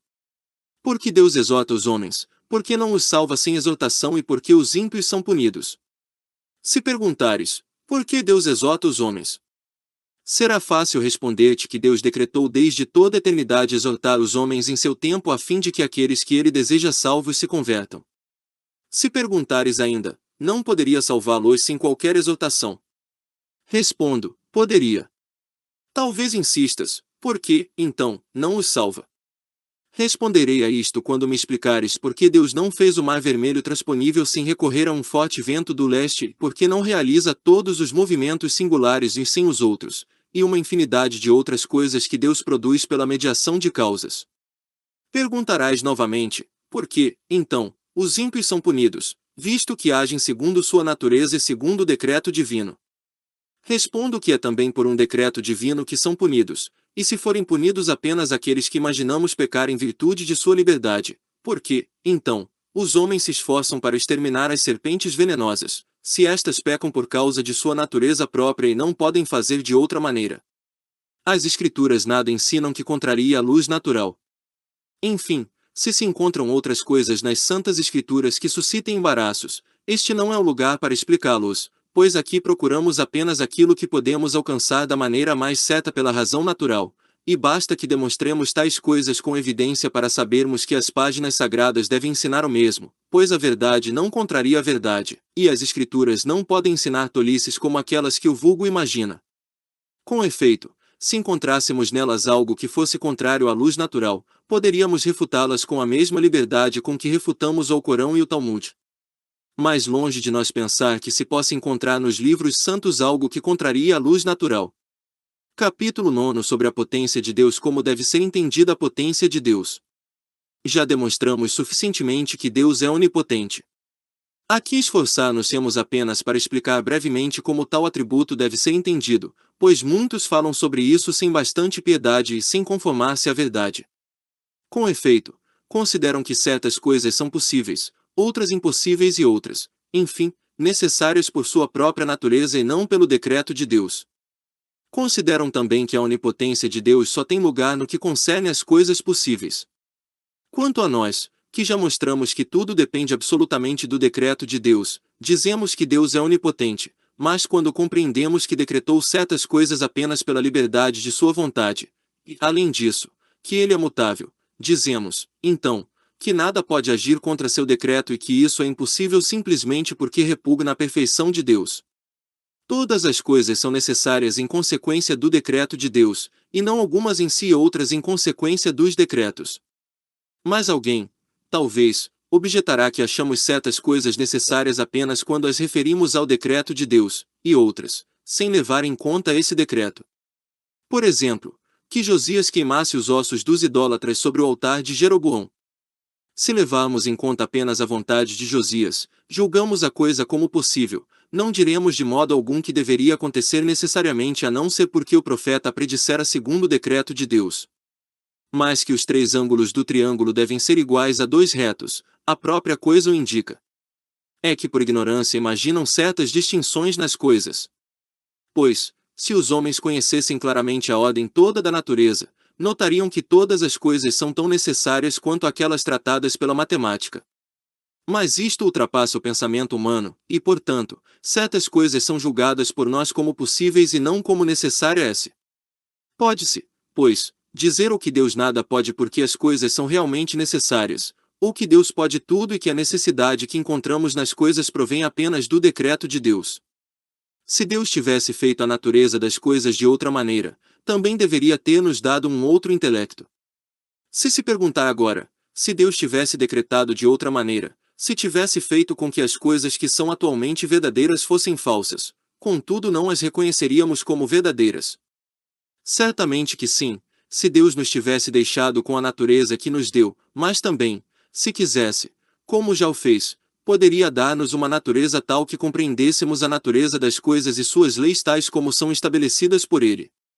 E, se considerarmos sua veracidade, deveria mesmo dá-la para nós.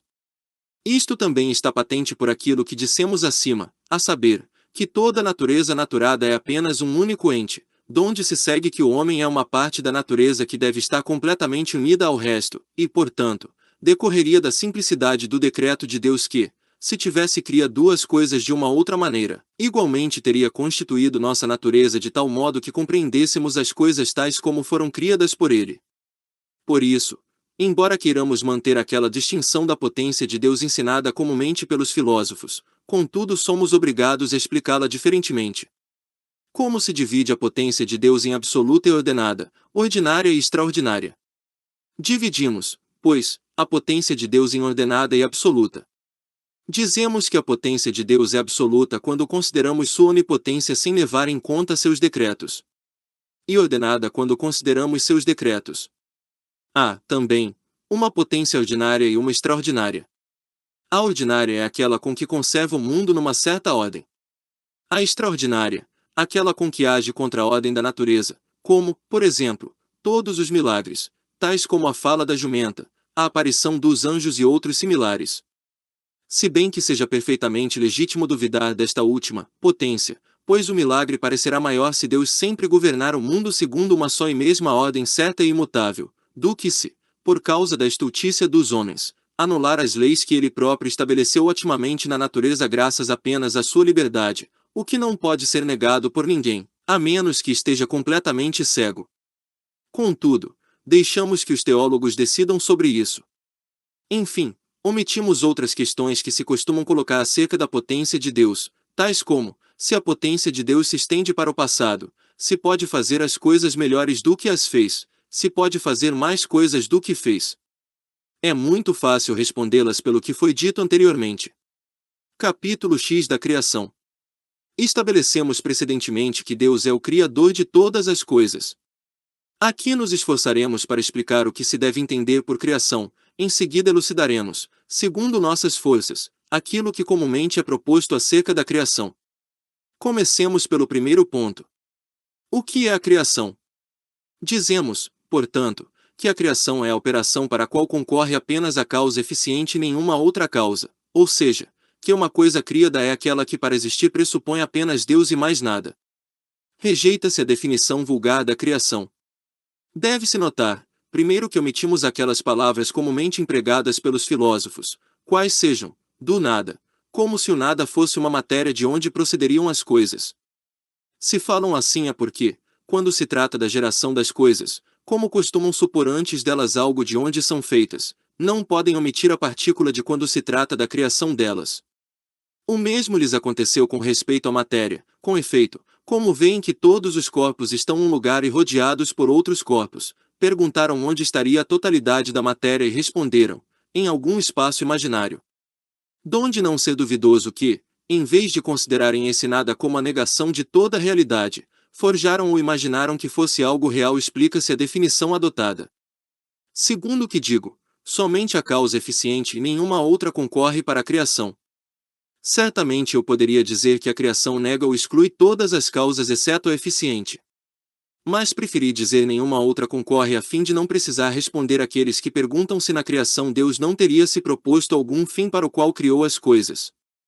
Ademais, para melhor explicar o assunto, acrescentei uma segunda definição, a saber, a coisa criada não pressupõe nada exceto Deus, porque, com efeito, se Deus prefixar para si mesmo algum fim, este certamente não estava fora de Deus, pois nada fora de Deus pelo que seja incitado a agir. Os acidentes e os modos não são criados. Terceiro, que desta definição decorre suficientemente que não há criação alguma dos acidentes e dos modos porque estes pressupõem, além de Deus, uma substância criada. Não existia tempo ou duração antes da criação. Quarto, enfim, antes da criação, não podemos imaginar nenhum tempo ou duração, mas começou com as coisas, pois o tempo é a medida da duração, ou melhor, é apenas um modo de pensar e não pressupõe somente alguma coisa criada, mas, sobretudo, homens pensantes.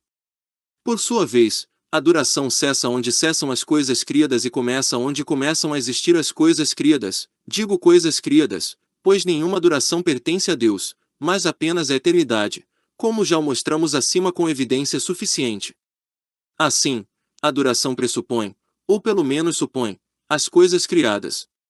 Aqueles que imaginam a duração e o tempo antes das coisas criadas são vítimas do mesmo preconceito que aqueles que forjam um espaço fora da matéria, o que é bastante manifesto por si mesmo. Aí está para a definição da criação. A operação de criar e de conservar o mundo é a mesma operação de Deus. Prosseguindo, não é preciso que repitamos aqui aquilo que demonstramos no axioma 10 da parte, a saber, que são requeridas tantas forças para criar uma coisa quantas para conservá-la, isto é, que a operação de criar um mundo e a de conservá-lo é a mesma operação de Deus. Depois dessas observações, passemos àquilo que nos propusemos examinar em segundo lugar. Deve-se, portanto, indagar, primeiro o que é criado e incriado, 2 graus, se o que é criado pode ter sido criado desde a eternidade. Quais as coisas que são criadas? Responderemos brevemente à primeira questão. É criada toda coisa cuja essência é claramente concebida sem nenhuma existência, embora conceba-se por si mesma, como por exemplo, a matéria de que temos o conceito claro e distinto quando a concebemos sob o atributo da extensão e que concebemos com igual clareza e distinção quer exista quer não exista. Como o pensamento de Deus difere do nosso. Talvez alguém nos diga que percebemos clara e distintamente o pensamento sem existência e que, no entanto, nós o atribuímos a Deus. A isto respondo que não atribuímos a Deus um pensamento como o nosso, isto é, afetado pelos objetos e limitado pela natureza das coisas, mas um pensamento que é ato puro e que por isso envolve a existência, como demonstramos abundantemente acima. Com efeito, mostramos que o intelecto e a vontade de Deus não se distinguem de sua potência e de sua essência, esta última envolvendo a existência. Não existe fora de Deus nada que seja coeterno a Deus. E assim, como tudo aquilo cuja essência não envolve a existência para existir deve necessariamente ser criado por Deus, e como acima expusemos várias vezes, deve ser continuamente conservado pelo próprio Criador, não nos deteremos para refutar a opinião daqueles que admitiram um mundo, um caos ou uma matéria totalmente despida de forma coeternos a Deus e independentes dele. Passarei, então, ao exame da segunda parte da questão: o que é criado pode tê-lo sido desde toda a eternidade. O que é aqui denotado pelas palavras, desde a eternidade? Para que isto seja compreendido corretamente, deve-se dar atenção a esta expressão desde a eternidade, pois com ela queremos significar nesta passagem outra coisa do que significamos anteriormente quando falamos da eternidade de Deus. Com efeito, aqui entendemos apenas a duração sem começo ou uma duração tal que, mesmo que quiséssemos multiplicar por muitos anos ou por miríades de anos e o produto obtido por outras tantas miríades, nunca poderíamos exprimi-la por qualquer número, por maior que fosse. Prova-se que nada pode ter sido criado desde a eternidade. Pode-se demonstrar claramente que não há tal duração.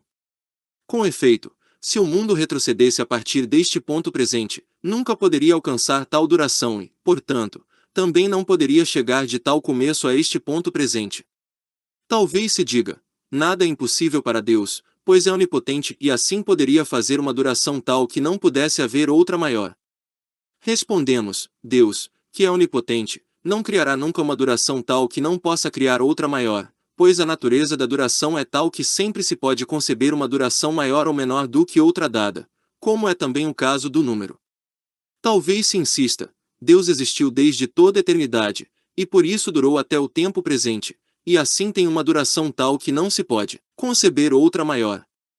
Mas dessa maneira atribui-se a Deus uma duração constituída de partes, o que já refutamos suficientemente acima ao demonstrarmos que não é a duração, mas a eternidade, que pertence a Deus. E oxalá os homens o considerassem mais atentamente, porque poderia-me facilmente se desembaraçar de muitos argumentos e absurdos e para sua grande alegria, permaneceriam na contemplação bem-aventurada desse ente. Passemos, entretanto, à discussão dos argumentos apresentados por alguns, a saber, daqueles que se esforçam para mostrar a possibilidade de tal duração infinita já escoada. De que Deus seja eterno não decorre que seus efeitos também possam existir desde a eternidade. Em primeiro lugar, alegam, uma coisa produzida pode existir ao mesmo tempo que sua causa, portanto, como Deus existiu desde a eternidade, também seus efeitos poderiam ter sido produzidos desde a eternidade. O que confirmam com o exemplo do Filho de Deus que foi produzido pelo Pai desde a eternidade.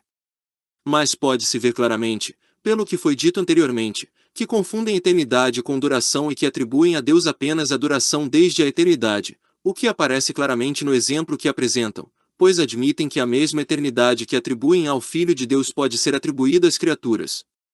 Ademais, imaginam o tempo e a duração antes do mundo e querem estabelecer uma duração sem as coisas criadas, como outros queriam em uma eternidade fora de Deus. Nota-se que as duas opiniões estão muitíssimo afastadas do verdadeiro. Respondemos, pois, que é falso que Deus possa comunicar sua eternidade às criaturas, e que o Filho não é uma criatura, mas eterno como o Pai. Quando dizemos, portanto, que o Pai gerou o Filho desde a eternidade, só queremos dizer que o Pai sempre comunicou sua eternidade ao Filho. se Deus agisse necessariamente, não seria uma virtude infinita. Em segundo lugar, argumentam que Deus, quando age livremente, não é uma potência menor do que quando age necessariamente. Ora, se Deus agisse necessariamente, como ele é virtude infinita, deveria criar um mundo desde a eternidade. Mas também pode-se responder facilmente a esse argumento se levarmos em conta seu fundamento. Com efeito, essa boa gente supõe que pode ter diversas ideias de um ente de virtude infinita, pois concebe Deus como sendo uma virtude infinita quando age por uma necessidade de natureza e quando age livremente. Mas nós negamos que Deus seja uma virtude infinita se agir por uma necessidade de natureza. E é lícito que o neguemos. Mais ainda, eles também devem necessariamente conceder-nos isto, pois demonstramos que um ente perfeito age livremente e que somente um único ente pode ser assim concebido. Se objetarem que se pode, contudo, supor, embora isto seja impossível, que um Deus que haja por uma necessidade de natureza é uma virtude infinita, responderemos que é tão lícito supô-lo quanto supor um círculo quadrado, para concluir-se que todas as linhas dirigidas do centro à circunferência não são iguais. E isto é bastante certo para não precisar repetir aqui o que já foi dito há pouco. Pois acabamos de demonstrar que não há duração alguma cujo dobro não possa ser concebido, ou que não possa ser concebida como menor ou maior, e, consequentemente, uma duração maior ou menor do que uma duração dada pode sempre ser criada por Deus, que age livremente com uma virtude infinita. Mas se Deus agisse por uma necessidade de natureza, isto não ocorreria de maneira nenhuma, com efeito, somente poderia ser produzida a duração que resultasse de sua natureza, mas não uma infinidade de outras maiores do que aquela dada. Assim, pois, argumentaremos brevemente, se Deus criasse uma duração máxima, de sorte que ele próprio não pudesse criar outra maior, necessariamente diminuiria sua potência. E essa consequência é falsa, pois sua potência não difere de sua essência. Logo, etc. Ademais, se Deus agisse por uma necessidade de natureza, deveria criar aquela duração que ele próprio não pode criar maior, mas Deus, criando tal duração, não é uma virtude infinita, pois sempre podemos conceber uma duração maior do que a dada. Logo, se Deus agisse por uma necessidade de natureza, não seria uma virtude infinita. De onde tiramos o conceito de uma duração maior do que a deste mundo? Aqui pode surgir uma dúvida para aquele que pensa que o mundo foi criado há 5.000 anos ou mais, se o cálculo dos cronologistas for correto, mas que podemos, entretanto, conceber uma duração maior, quando havíamos afirmado que a duração não pode ser compreendida sem as coisas criadas. É-lhe fácil livrar-se da dúvida se considerar que conhecemos a duração não apenas pela contemplação das coisas criadas, mas pela contemplação da potência infinita de Deus para criar. Com efeito, as criaturas não podem ser concebidas por si mesmas como existentes ou durando, mas somente pela potência infinita de Deus, porque é somente por ela que tem sua duração.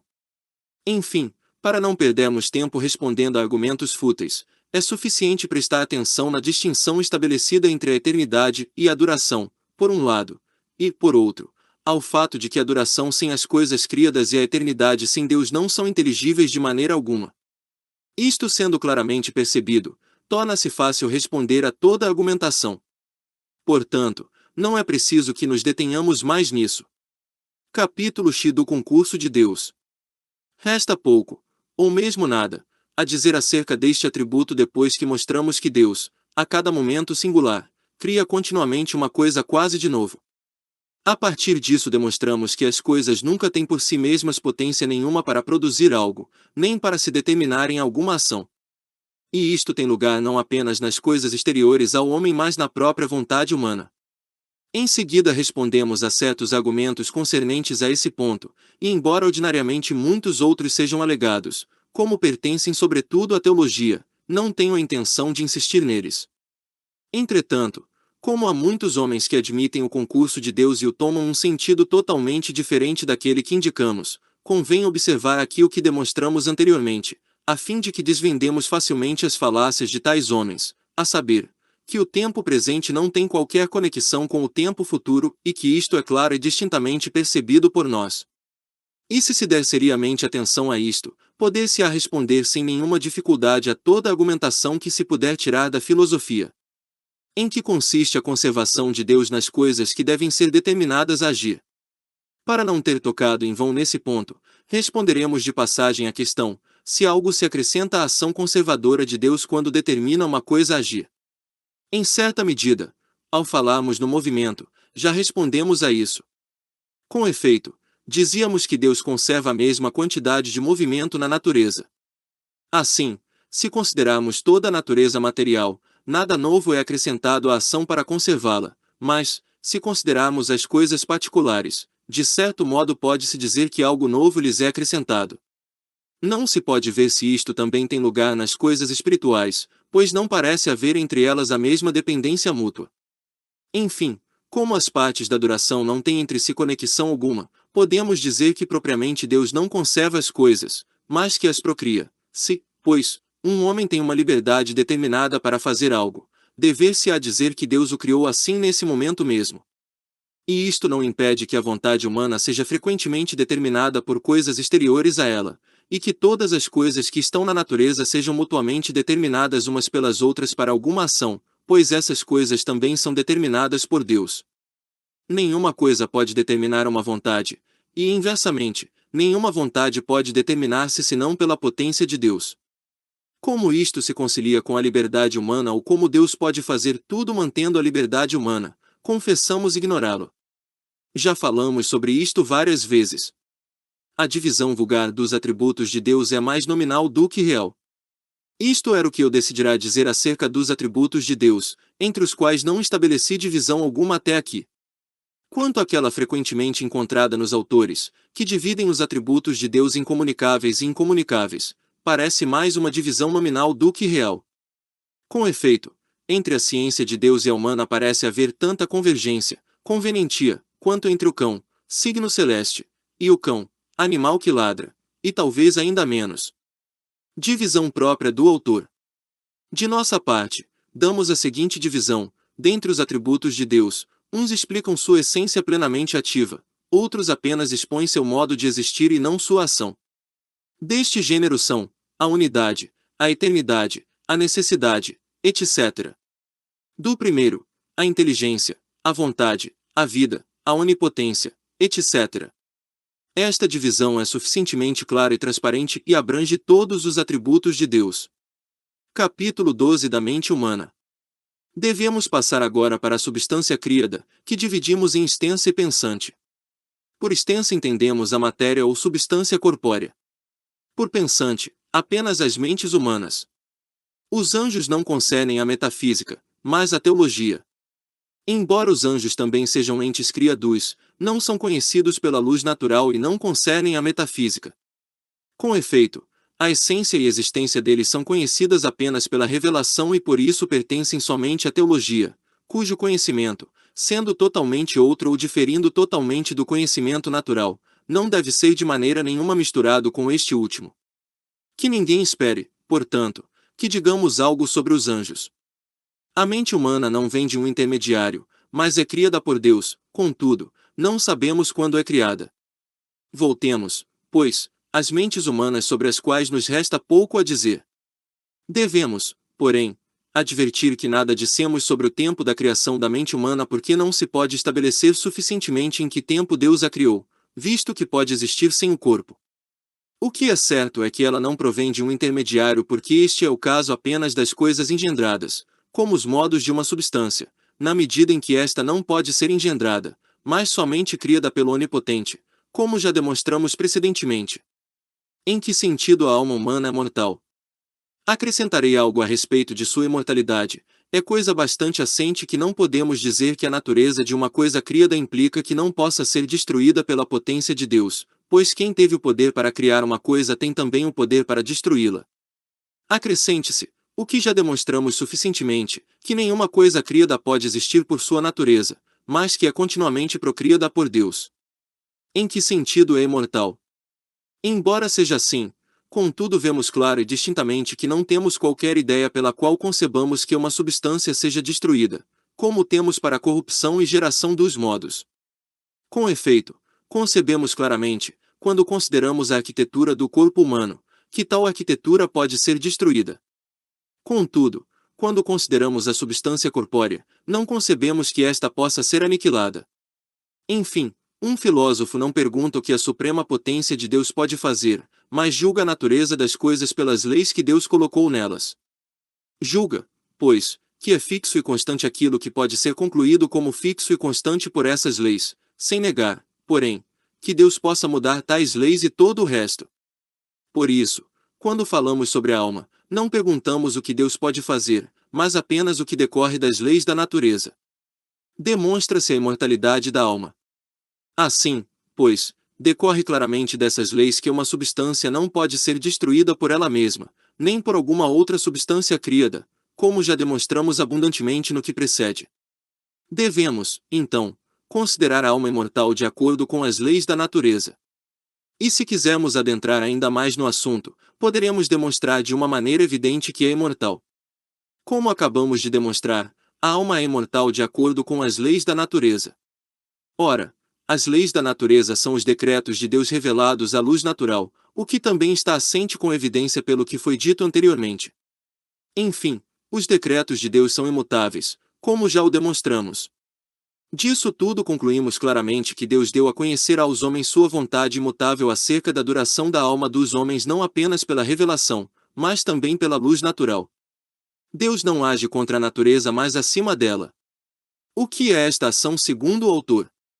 Não nos deteremos se alguém objetar que Deus pode destruir a qualquer momento tais leis para fazer milagres, pois a maioria dos sábios teólogos aceitam que Deus não age contra a natureza, mas acima dela. Ou seja, como explico, para agir, Deus tem muitas leis que não comunica ao intelecto humano, pois, se elas lhe tivessem sido comunicadas, parecer-lhe-ia tão naturais como as outras. Portanto está assente de maneira bem nítida que a alma é imortal e não vejo o que me resta dizer aqui sobre a alma humana em geral. Nem, também, restaria algo a dizer sobre suas funções específicas se não fossem os argumentos de certos autores, que se esforçam para não ver e não sentir aquilo que veem e sentem, de sorte que me convidam a respondê-los. Porque alguns consideram que a vontade não é livre. Alguns acreditam poder mostrar que a vontade não é livre, mas que está sempre determinada por outra coisa.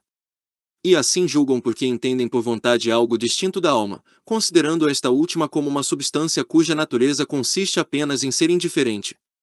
Quanto a nós, a fim de afastarmos toda a confusão, explicaremos primeiro o que é a vontade, depois, apontaremos facilmente as falácias de seus argumentos.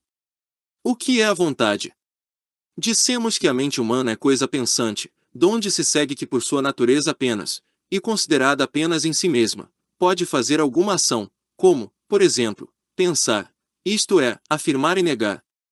Mas tais pensamentos ou são determinados por coisas postas fora da mente, ou pela própria mente, pois esta é uma substância de cuja essência pensante podem e devem provir muitas ações de pensar. As ações de pensar que só tem a mente humana como causa chamamos de volições. A mente humana, enquanto é concebida como causa suficiente para produzir tais ações, é chamada vontade. A vontade. Que, ademais, a alma tem a tal potência, mesmo quando é determinada pelas coisas externas, pode-se explicar facilmente pelo exemplo do asno de Burida. Com efeito, se em vez do asno pusermos um homem nessa situação de equilíbrio, tal homem não deve ser tido como uma coisa pensante, mas como o asno mais estúpido, se perecer de fome e de sede. Isto também decorre claramente de que quisemos, como dissemos anteriormente, duvidar de todas as coisas e não apenas julgar duvidosas coisas que podem ser postas em dúvida, mas expulsá-las como falsas. Essa vontade é livre.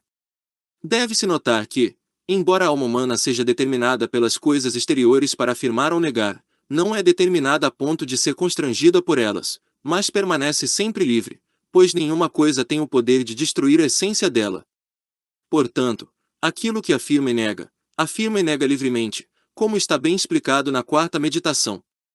Se, depois disto, alguém perguntar, por que a alma quer isto e não quer aquilo? Responderemos, porque a alma é uma coisa pensante, isto é, uma coisa que por sua natureza tem o poder de querer e não querer, de afirmar e de negar, pois é isto ser uma coisa pensante. A vontade não deve ser confundida com o apetite. Depois dessa explicação, vejamos os argumentos dos adversários. O primeiro argumento é o seguinte: se a vontade pode querer contra o último ditame do intelecto, se pode apetecer o contrário do bem prescrito pelo último ditame do intelecto, poderá apetecer o mal pelo mal. A consequência é absurda, logo, a premissa inicial também o é. Por este argumento vê-se claramente que não compreendem o que é a vontade. Com efeito, confundem está com o apetite que ocupa a alma depois que esta afirmou ou negou algo. Aprenderam isto com seu mestre, que define a vontade como o apetite sob o aspecto do bem. Mas nós dizemos que a vontade consiste em afirmar que tal coisa é boa ou o contrário, como já explicamos abundantemente antes acerca da causa do erro, que demonstramos originar-se do fato de que a vontade se estende mais longe do que o intelecto. Porém, se a mente não afirmasse que algo é bom, porque é livre, não apeteceria a nada. Respondemos ao argumento concedendo que a mente não pode querer contra o último ditame da razão, isto é, não pode querer enquanto se supõe que não quer. É o que se supõe quando se diz que julgou alguma coisa má, isto é, não quis algo. Contudo, negamos que lhe tenha sido impossível querer o que é mal, pois seria contra a própria experiência. Com efeito, muitas vezes julgamos boas coisas que são más e, ao contrário, mas outras que são boas. A vontade nada mais é do que a própria mente. O segundo argumento, ou melhor, o primeiro, se prefere, visto que até agora não houve nenhum, é o seguinte: se a vontade não é determinada para querer pelo último juízo do intelecto prático, logo determina-se a si mesma. Mas a vontade não se determina a si mesma porque é indeterminada por natureza. E continuam a argumentar assim: se a vontade por sua própria natureza é indiferente para querer e para não querer, não pode determinar a si mesma para querer e para não querer, pois o que determina deve ser tão determinado quanto é indeterminado aquilo que deve ser determinado. Ora, a vontade considerada como se determinando a si mesma é tão indeterminada quanto ser considerado como devendo ser determinado, pois nossos adversários não supõem nada na vontade determinante que não esteja também na vontade a determinar ou já determinada. E não se pode supor algo aí. Logo, a vontade não pode determinar a si mesma para querer. Se não é determinada por si mesma, logo ela o é por outra coisa. São essas as próprias palavras de Erebold, professor em Leyde, que assim mostra abundantemente que por vontade não entende a própria mente, mas algo outro, fora da mente ou na mente, como uma tábula rasa, carente de todo pensamento e capaz de receber qualquer pintura. Ou melhor, que a vontade para ele é como um peso em equilíbrio que é impelido de um lado para outro por outro peso qualquer, de acordo com a determinação deste peso adventício. Ou, enfim, como algo que nem ele nem qualquer mortal pode apreender por algum pensamento. Há pouco dissemos, até mesmo mostramos claramente, que a vontade nada mais é do que a própria mente quando a chamamos de coisa pensante, isto é, afirmante ou negante. Disso concluímos claramente, considerando apenas a natureza da mente, que tem um poder igual para afirmar e para negar, pois pensar é isto mesmo. Se, portanto, a partir do fato de que a mente pensa concluímos que a mente tem um poder igual para afirmar e para negar, por que iremos procurar causas adventícias para produzir aquilo que decorre somente da natureza dela? Mas, pode-se dizer, a própria mente não está mais determinada para afirmar do que para negar, e conclui-se, então, que se deve buscar a causa que a determina.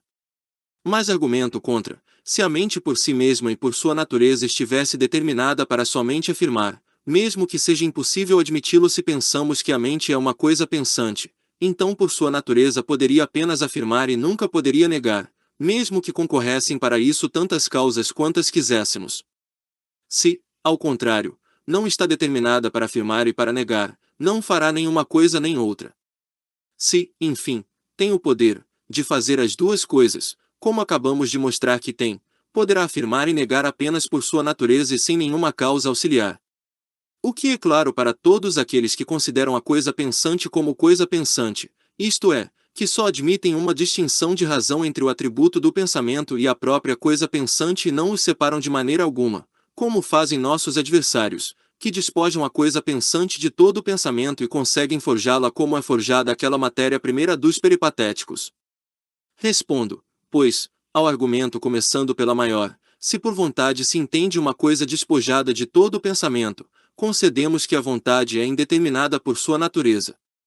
Mas negamos que a vontade seja algo despojado de todo o pensamento, e contra isto estabelecemos que é pensamento, ou seja, uma potência para afirmar e para negar, e certamente deve-se entender que é causa suficiente dessa dupla potência.